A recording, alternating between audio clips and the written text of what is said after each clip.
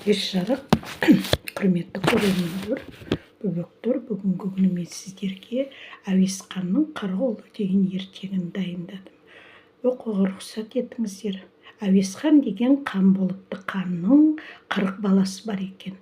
Осы балаларыма бір жерден қалың берсем екен деп ойлайды екен. Бірнеше жылдар өткеннен кейін қан бір байдың 40 қызы бар деп естиді. Соған қалың малына сөйлесіп, құда түсіп келуге кісі жіберді. Ол байға барып, бізді қан жіберді, балаларына сіздің қыздарыңызды айттырғысы келеді дейді. Бай, қыздарыма қалың мал алмаймын.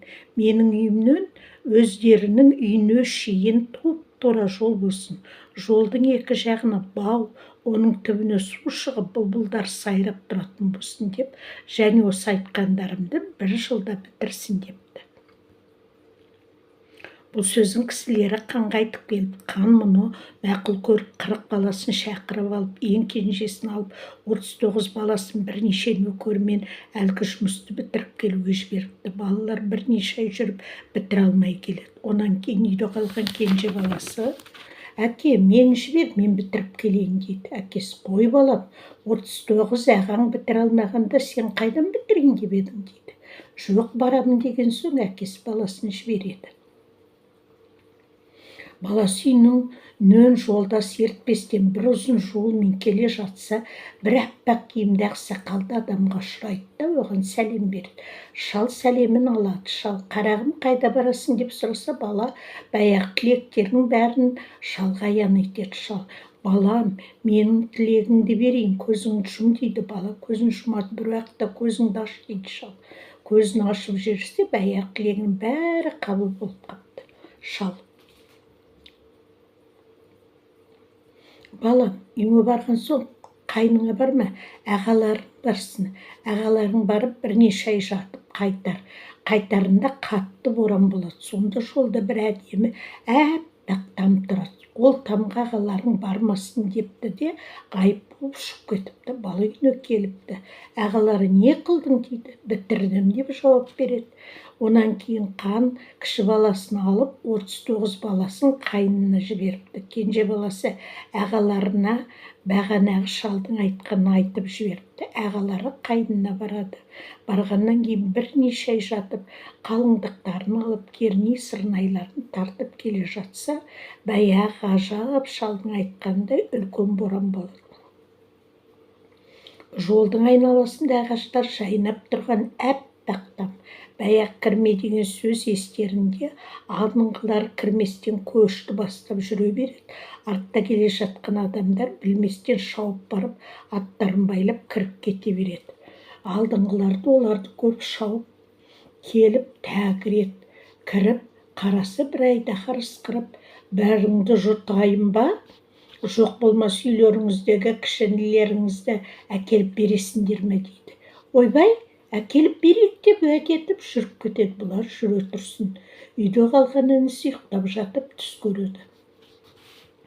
Түсінде баяғы ағаларының әкеп береміз деп уәде қылғанын сезеді. Тура келіп, жаман киім киіп алып, үйден шығып, қолына таяқ алып келе жатса, баяғы ағалар кетіп бара жатыр екен.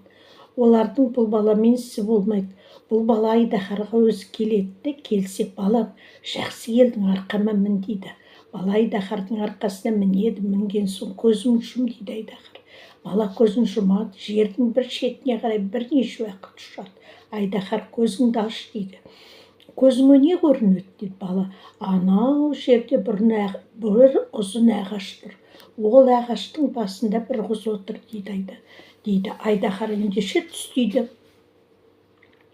Бала түседі. Айдаһар: сен сол қызды әкеліп берсең, мен сені жұтпаймын, болмаса жұтамын дейді. Бала болады деп жүріп келе жатса, бір түлкінің патшасының аяғы сынып жатыр екен. Бала: мен аяғыңа ем қылайын ба дейді. Түлкі: ем қыл дейді. Бала сынығын орнына салып, байлап, сипап жіберген екен. Түлкінің аяғы жазылып кетті. Түлкі: мына жүнімді ал. Мен қай жерде керек болсам, жүнімнің бір тығын тұтатып жерсең, дайын боламын депті. Онан шығып келе жатса, бір құмырсқаның патшасы жаралы болып жатыр екен. Бала: мен жараңа ем қылайын ба дейді. Құмырсқа: Болады ем қыл дейді. Бала сүф деп жіберген екен, жазылып кетті. Ол да бір тас беріпті. Қай жерде керек қылсаң, мына тасты отқа сал, сонда мен дайын боламын депті. Онан соң бала қызға келіпті. Қыздың қасында 40 да ұйықтап жатыр екен қыз. Қай жақтан келе жатқан? Қыздың қасында 40 дәу, бір ұйықтаса 40 күн ұйықтайды екен. Қандай адамсың? Бұрын бұл жерге адам келіп көрген жоқ еді дейді бала. Мен қанның баласы едім.